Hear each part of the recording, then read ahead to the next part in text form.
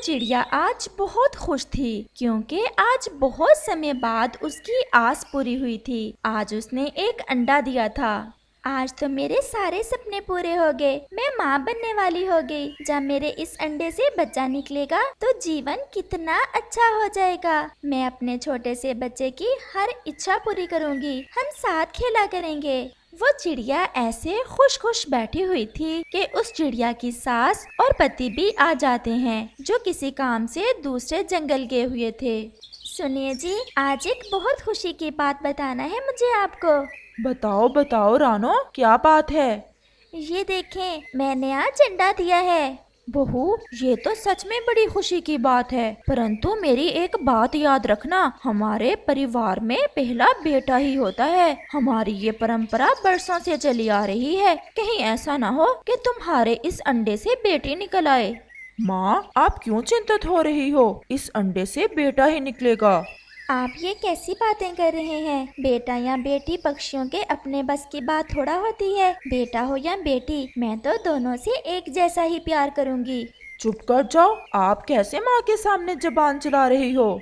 ये तो बातें ही मनहूस कर रही है। मेरी बात कान खोल कर सुन लो। अगर बेटी निकली इस अंडे से तो मैं तुम्हें घर से निकाल दूंगी। अब खड़ी खड़ी हमारा मुंह क्या देख रही हो? जाओ और हमारे लिए खाने के लिए कुछ लाओ। फिर वो चिड़िया ऐसे अपना अंडा छोड़कर अपने पति और सास के लिए भोजन लेने चली जाती है। इसकी जबान बहुत लंबी हो गई है। देखा बेटा, कैसे चूं चूं कर रही थी। माँ, मुझे भी इस बच्चे का इंतजार है। एक बार अंडे से बच्चा निकल आए, फिर देखेंगे।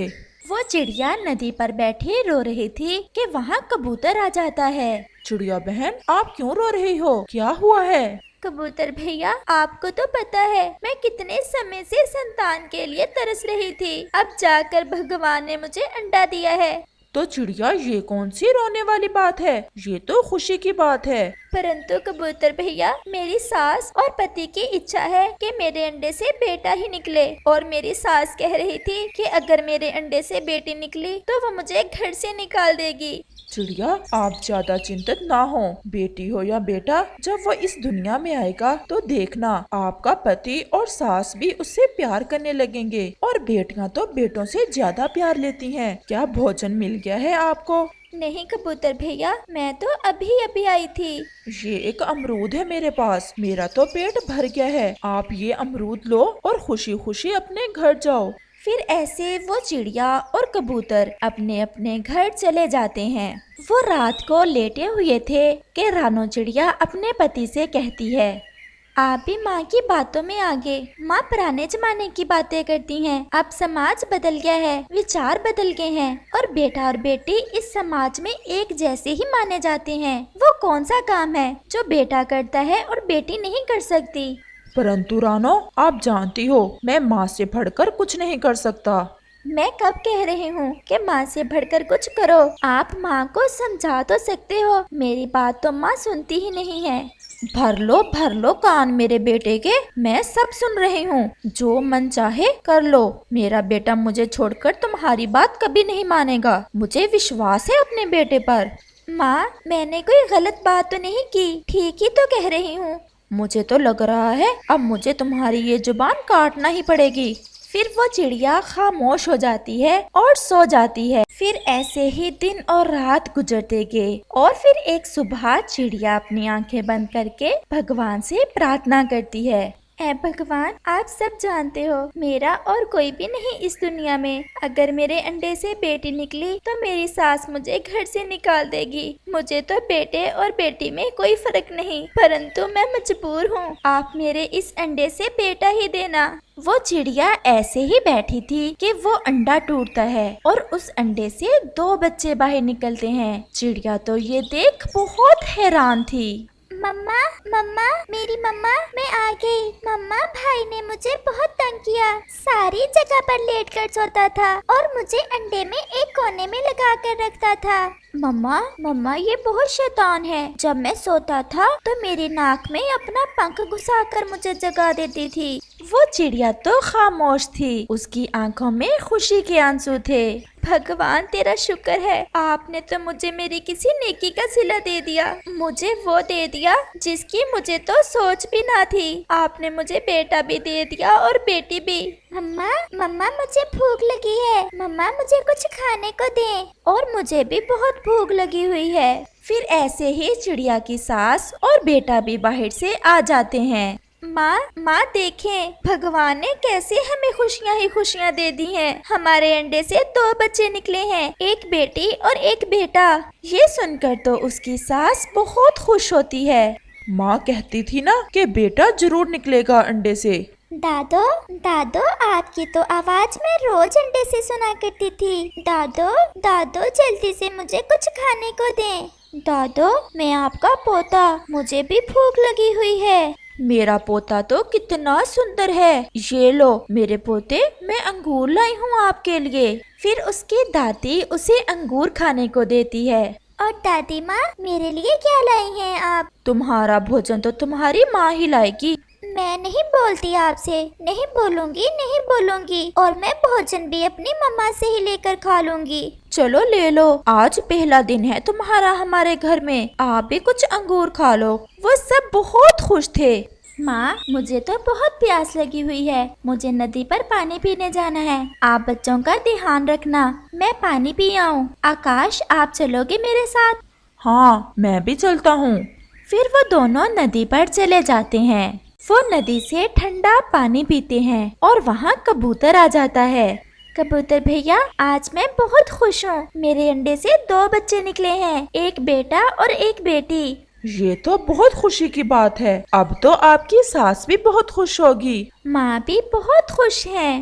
दादो दादो, जब मैं अंडे में थी तो आप मम्मा से कहा करती थी कि आपको पोता ही चाहिए। दादो, अब देखें, मैं कोई कम सुंदर हूँ भाई से? दादो दादो, जब हम दोनों बहन भाई बड़े हो जाएंगे तो आपके लिए अच्छे अच्छे भोजन लाया करेंगे। और मैं तो अपने दादो के पंखों में कंघी किया करूँगी और अपनी दादो के पंख दबाया करूँगी। अपने पोते और पोती की बातें सुनकर वो बूढ़ी चिड़िया तो बहुत खुश थी। अच्छा मेरी पोती, अब मुझे माफ कर दो जो मैंने तुम्हें कहा। मुझे नहीं पता था कि मेरी पोती इतनी बुद्धिमान होगी। मैं अब अपनी पोती को भी अपने पोते की तरह ही प्यार करूँगी। पहले दोस्ती करो दादो मुझसे, फिर ही भूलूंगी मैं वो सारी बातें। मुझे तो और भी बातें याद हैं। दोस्ती पक्की दोस्ती, मुझे तो तुम पर बहुत प्यार आ रहा है, मेरी छोटी सी लाडो। और फिर मम्मा चिड़िया और पापा चिड़िया भी आ जाते हैं। क्या कर रहे हैं मेरे छोटे छोटे बच्चे? मम्मा मम्मा, मेरी और दादो की दोस्ती हो गई है। अब दादो मुझे बुरा नहीं कहेंगी। अच्छा, क्या सच में? बेटी, मेरी इस पोती ने तो चंद लम्हों में ही मेरा दिल जीत लिया है। मुझे आप ही माफ कर दें, मैंने आपको भी बहुत बुरा कहा।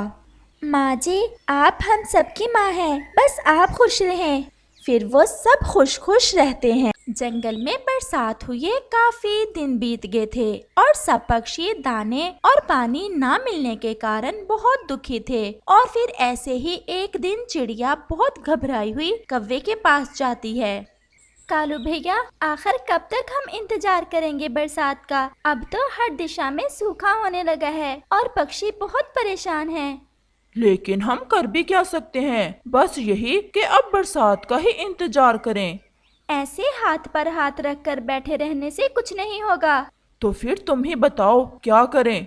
हम बादलों के पास जाते हैं और उनसे बरसात ना होने का कारण पूछते हैं। अगर ऐसा है तो मैं चलता हूँ तुम्हारे साथ, लेकिन हम पहले सब पक्षियों को इकट्ठा करके बता दें। रास्ता बहुत खतरनाक है, इसलिए बाकी पक्षियों को बताकर जाना चाहिए। उन्हें पता तो हो हम किस दिशा में गए हैं। मैं अभी सब पक्षी इकट्ठे करती हूँ। और फिर चिड़िया सब पक्षियों को इकट्ठा करती है और उन्हें सारी बात बताती है। पक्षियों, हम पूर्व की तरफ जाएंगे बादलों के पास। अगर कल तक वापस ना आए तो हमारी खबर भी ले लेना। और फिर ऐसा कहते हुए मीनू चिड़िया और कालू कौवा वहाँ से चले जाते हैं। वो उड़ते उड़ते बहुत दूर निकल जाते हैं और थोड़ा आराम करने के लिए एक पेड़ पर बैठ जाते हैं। कालू, आगे के रास्ते का पता है तुम्हें? चिड़िया, मुझे जंगल के तमाम रास्तों का अच्छे से पता है, लेकिन मुझे रात में ठीक से नजर नहीं आता। तो फिर हम ऐसा करते हैं, हम रात यहीं गुजारते हैं। ये जगह ठीक है और सुरक्षित भी। हाँ, ये ठीक है। और फिर कालू कौवा और मीनू चिड़िया वहीं रात गुजारते हैं। और फिर सुबह होते ही वो अगले सफर पर बादलों की तरफ निकल जाते हैं। चिड़िया, मैं कुछ भूल रहा हूँ, हमें किसी से पूछ लेना चाहिए। और फिर उन्हें एक कबूतर बैठा हुआ दिखाई देता है। वो कबूतर के पास जाते हैं। कबूतर भैया, हमें पहाड़ों के पार बादलों से मिलने जाना है। क्या हम ठीक दिशा में जा रहे हैं?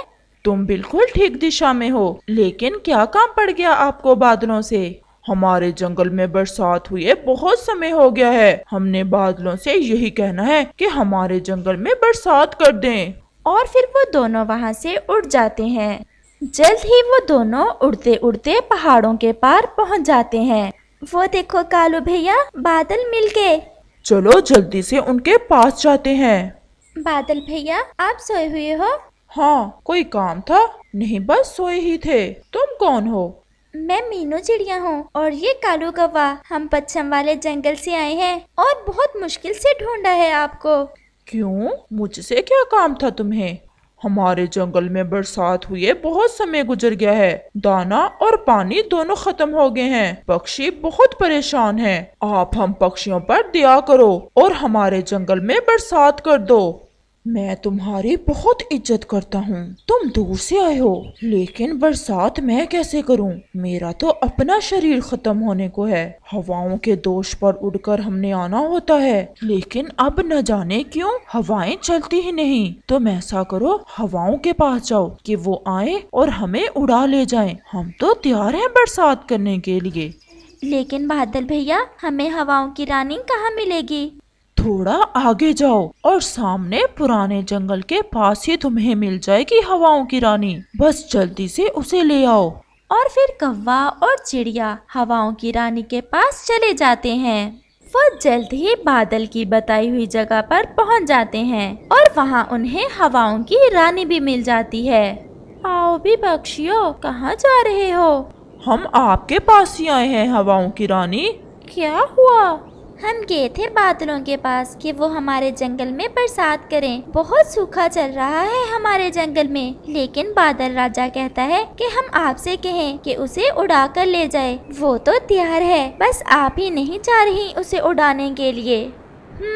तो ये बात है। क्या करूं मैं? तुम देख रहे हो इस जंगल में कितने थोड़े पेड़ बाकी बचे हैं। हम हवाओं का जीवन इन्हीं पेड़ों से ही तो है। अगर ये पेड़ नहीं तो हम भी नहीं। आप दोनों पेड़ के पास जाओ और उनसे पूछो कि वो क्यों इतने थोड़े रह गए हैं। वो हमें शक्ति दे उड़ने की, तो फिर ही हम बादलों को लेकर जाएं।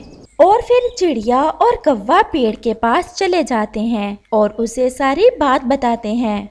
हम भी बहुत दुखी हैं। हमारे बस में कुछ नहीं। हर रोज इंसान आते हैं और हमें काट कर ले जाते हैं। हम बहुत तेजी से कम हो रहे हैं, इसलिए हम हवाओं को शक्ति नहीं दे सकते कि वो बादलों को उड़ा ले जाएं।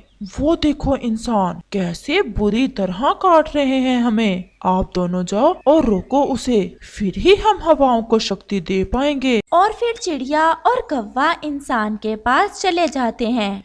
ठहरो चिड़िया, होशियार रहना। इनके पास बंदूक और तीर कमान भी होते हैं। ऐसा न हो कि ये इंसान हमें ही मार गिराए। मेरा तजुर्बा है इंसानों से मिलने का। मैं थोड़ा दूर रहकर ही बात करता हूँ। हाँ कौवे भैया, आप करो बात इस इंसान से कि वो क्यों पेड़ काट रहे हैं।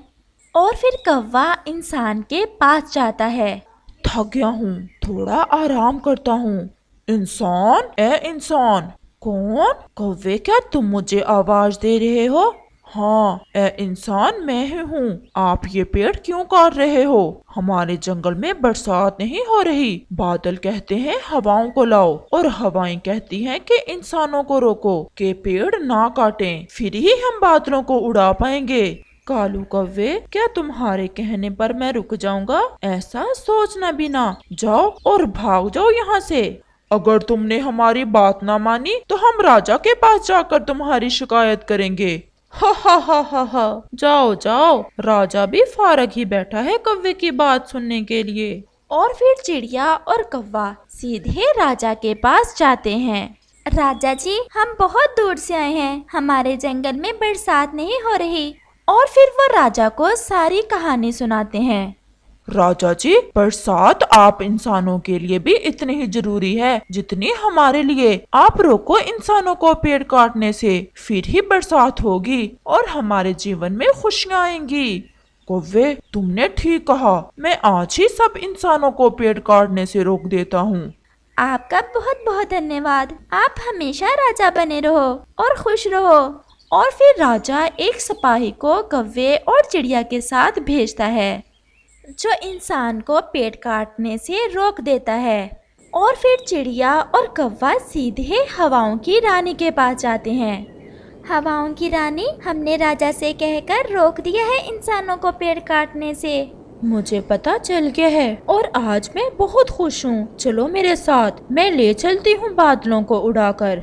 और फिर वो सीधे बादलों के पास जाते हैं। हवाओं की रानी को देखकर बादल भी बहुत खुश हो जाते हैं। चिड़िया और कौवे, जो काम तुमने किया है ये बहुत मुश्किल था। अगर हर पक्षी की सोच ऐसी हो जाए तो तुम्हारे जीवन में कभी दाने और पानी की कमी ना होगी। चलो अब मेरे साथ। और फिर हवाओं की रानी बादल राजा को लेकर उड़ती है।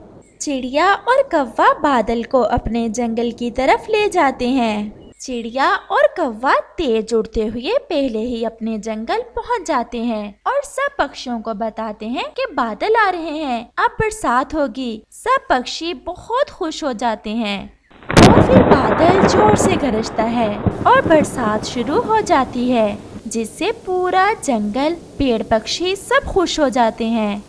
और फिर थोड़ी देर बाद बारिश रुक जाती है। आपका बहुत बहुत धन्यवाद बादल राजा जी, आपने हमारे कहने पर इतना सफर किया।